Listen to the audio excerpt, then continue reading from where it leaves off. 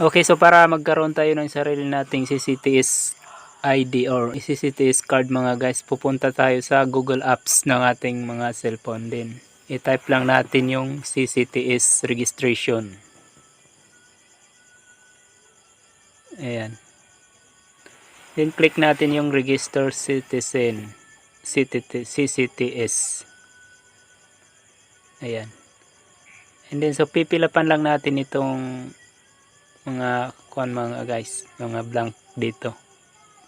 So kung ikaw ay head ng family, lagay mo lang ang head. Kung ikaw ay anak, ay lagay mo lang member. Kung kaya't asawa, ilagay mo member. So ilagay natin yung first name natin mga guys. Then middle name natin at saka last name natin. Pilapan lang natin yung mga blank na yan mga guys. Ilagay na rin natin yung mga tamang date of birth natin. Then pag nalagay natin yung tamang date of birth natin mga guys, lalagay na rin natin kung male ba tayo or female. Then lagay na rin natin kung anong probinsya tayo, kung saan ang probinsya natin.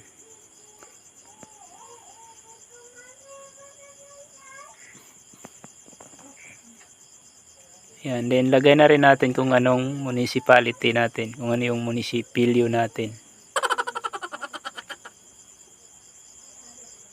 Yan, halimbawa, ang munisipilyo natin ay Matalam, ayan. Then lagay natin kung ano yung barangay natin.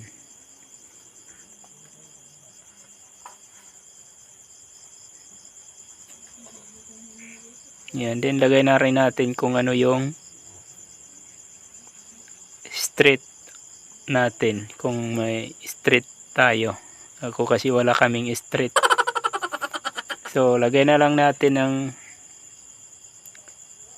email address natin mga guys. Yung email address na lalagay natin mga guys, dapat active yan siya.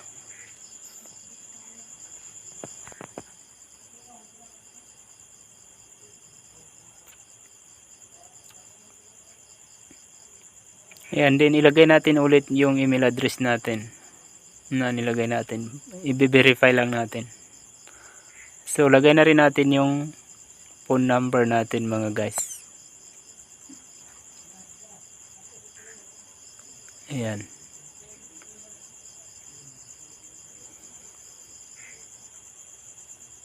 So click natin yung box.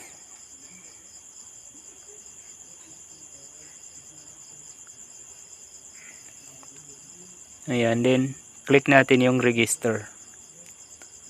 Ayan, so automatic mada-download na yung PDF natin, yung ating CCTS card mga guys. Click natin yung yes. Pag tap natin ng yes, automatic mada-download na yung ating CCTS card na atin na lamang ipapa-print out.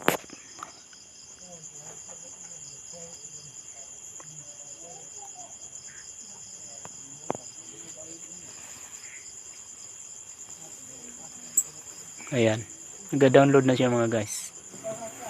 Okay, so ngayon ay mayroon na tayong CCTS card mga guys. Then proceed naman tayo ngayon sa kung paano natin siya lalagyan ng picture.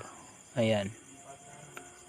So, para malagyan natin ng picture yung ating CCTS card mga guys, punta tayo sa download. Doon sa ating cellphone or sa ating phone storage. Punta tayo sa file ng ating file manager ng ating cellphone. Ayan. Then punta tayo sa phone storage. Then punta tayo sa download. Then hanapin natin yung PDF. Yan. Okay, yan. Then so palakihin lang natin mga guys. I-zoom lang natin yung ID natin. Para ma-screenshot natin siya. Ayan. So screenshot natin siya mga guys. Ayan. Yung na-screenshot natin naman mga guys, i-crop lang natin siya. I-edit lang natin siya. Ayan. I-crop lang natin mga guys.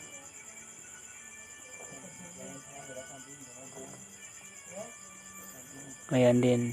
Done. Click natin yung done. Ayan. Then so meron na tayo ngayong screenshot.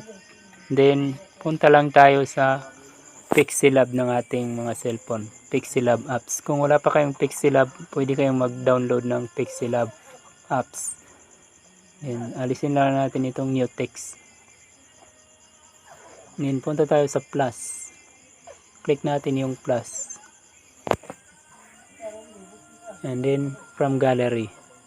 Then hanapin natin yung na-screenshot natin kanina. Ayan, ito na yun siya. Then click natin yung check. Ayan, then isentro lang natin yung ating ID card.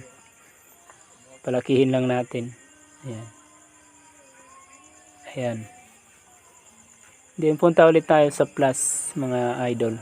Click natin yung plus para kunin natin yung ating picture na ilalagay. Ayan. So click natin yung picture na ilalagay natin bilang isang ID picture doon sa ating ID CCTS card. Pero paliliitin muna natin ito. Gagawin natin siyang 1 by 1. Ayan. Then paliitin natin siya. Then lagay natin doon sa my box. Ayan. So i-adjust lang natin yung size niya mga guys.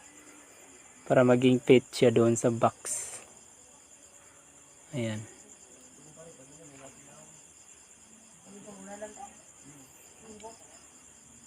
I-align pa natin para maging sentro talaga siya.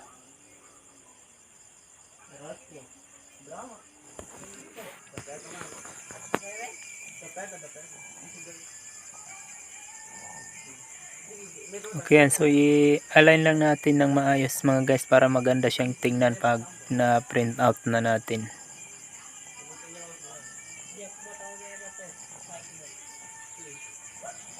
Ayan, so click natin yung save mga guys para i-save natin siya. Then save to gallery. Ayan. Okay, so ngayon na-save na natin siya mga guys at meron na tayo ngayong CCTS card.